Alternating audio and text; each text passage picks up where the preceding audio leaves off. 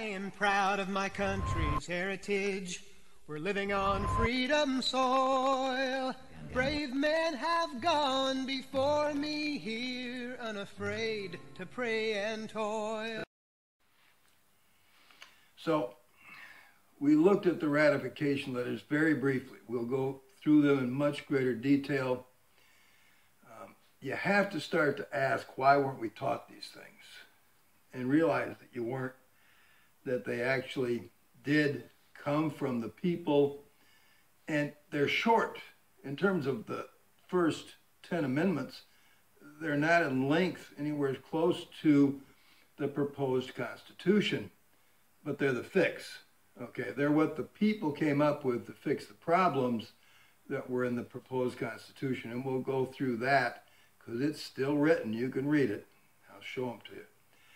There's one other document, though, I want to show you before we go on and go through the ratification letters, go through how we actually got all this stuff. We'll go through it line by line. We know our preamble to the Constitution. And what I'm going to show you is the preamble to the Bill of Rights. Again, something you're not taught, you're not shown. I actually saw a place where I went online to look at the preamble, and they had left out the crucial parts because it gives the purpose of the Constitution and the means do. In other words, the means is the Constitution, but what is the Constitution doing to achieve the purpose? First, let's go, we the people, our preamble to our Constitution was written by the folks who came up with the proposed Constitution. It was sent out with the proposed Constitution, and then they went ahead, and when the people ratified that, they ratified the whole thing, that became really the purpose of the people. And a lot of these ideas you're going to have to work into your head because they'll come out contradictory to some of the things you've been taught, but you have to see them. It's we the people and of the United States. Okay, that's how it begins. In order to form a more perfect union, there are three functioning parts of our government, legitimately. And they're stated in the 10th Amendment. They are the United States, which is the name of the government.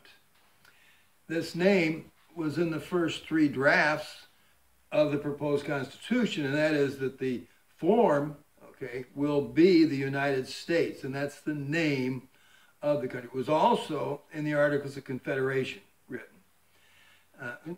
I'll pull those up sometime or give you a place where you can find them.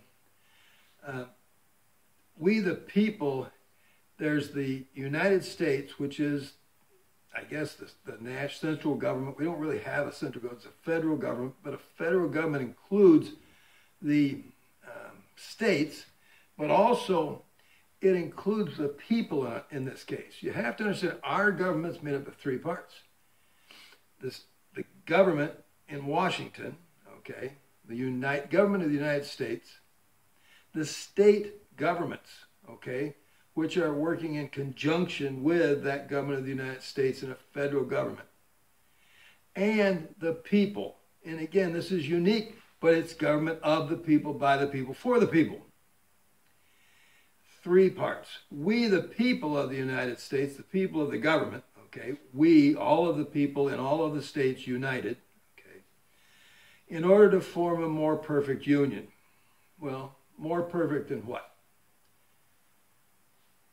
What are we forming a union more perfect than? What they had in Europe? We were functioning under the Articles of Confederation. Since 1777, we functioned under the Articles of Confederation.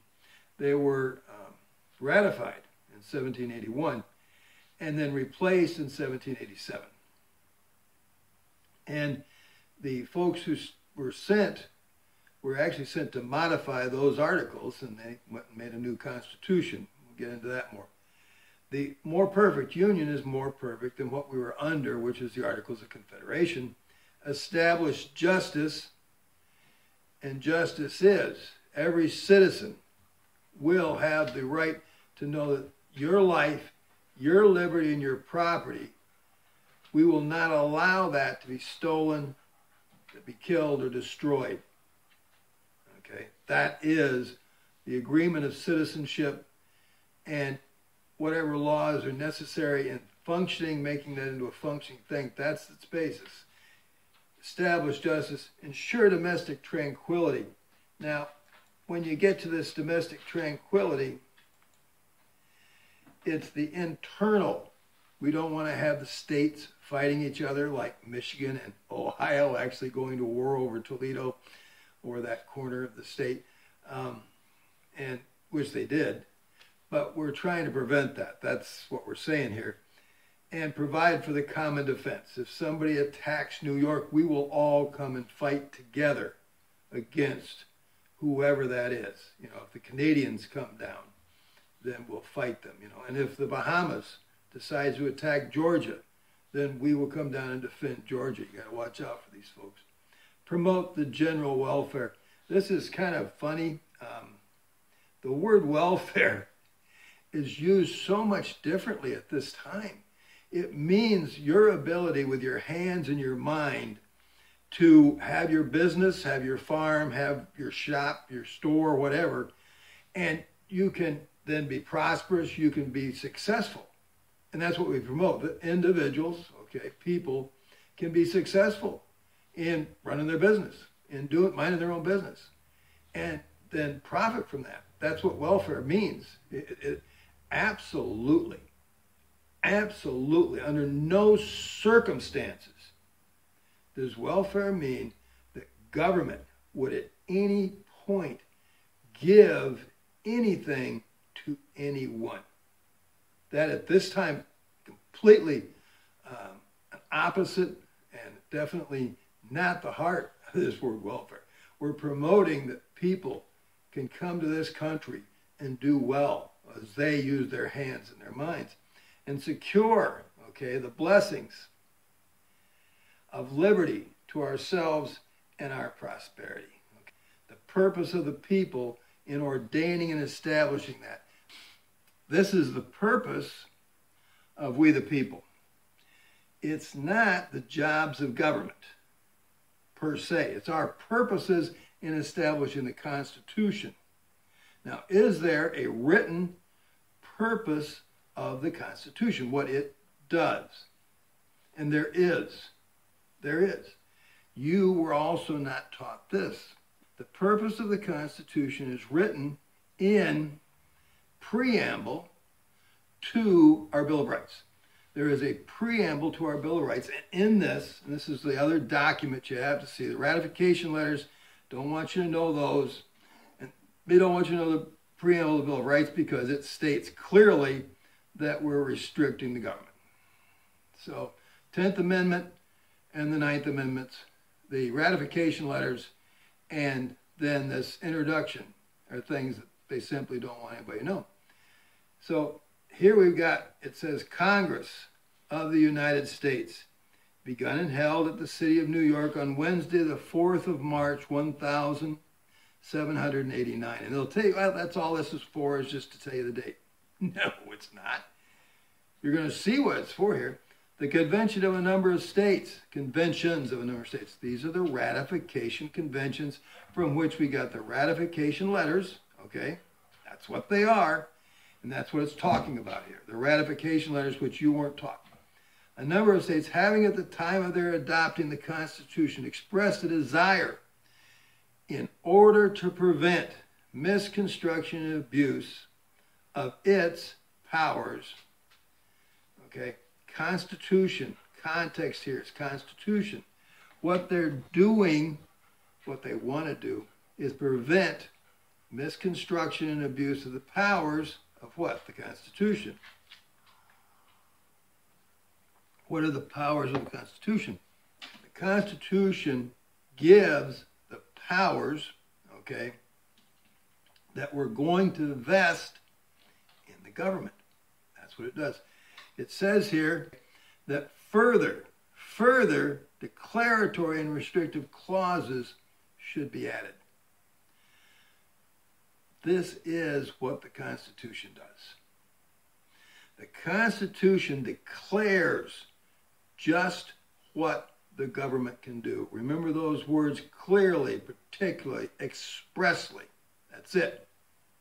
And the Constitution then restricts, Ninth Amendment, them to only that. We'll go through next the 9th and 10th Amendments so you can see them. They are defined in the ratification letters. The ratification letters, where they came from, and in the ratification letters, they define clearly what they meant. Okay, and as extending the ground of public confidence in the government. We're starting a new government, and people are pretty concerned. They were supposed to just modify the Articles of Confederation. Pretty shaky here. They want to shore this up. They want to get that base down. And so we're going to make sure, and there are people who want to have a second constitutional convention. This could be a big problem, and people understand that. They're trying to extend the ground of public confidence in the government will best ensure the beneficent starts of its institution. We want this government to work, and they did. And they're functionally trying to make it work. There's all kinds of things they're dealing with here. This is the purpose of the Constitution. And this word further, what's that mean? What does further mean? In this context, what's further mean? This is coming out of these ratification letters, the ratification of the proposed Constitution. The further is dealing with that proposed. We're going to go further. There is declaration. The Constitution, the proposed Constitution, declares what the government can do. Okay? Congress, okay, shall do this. Vested powers. The president shall do this. Vested powers. The judges shall do this. Vested powers. Okay? All of these things, how the government's going to function, right there in that proposed Constitution. Now, we're going further in declaring and restricting. And that's the First 10th Amendment. And the key and heart of that is the 9th and 10th Amendment. This is the other document. You need to go through this, read it, learn it, think about it. We'll go on with this. Yes, our God still bears his mighty arm when men to him are loyal.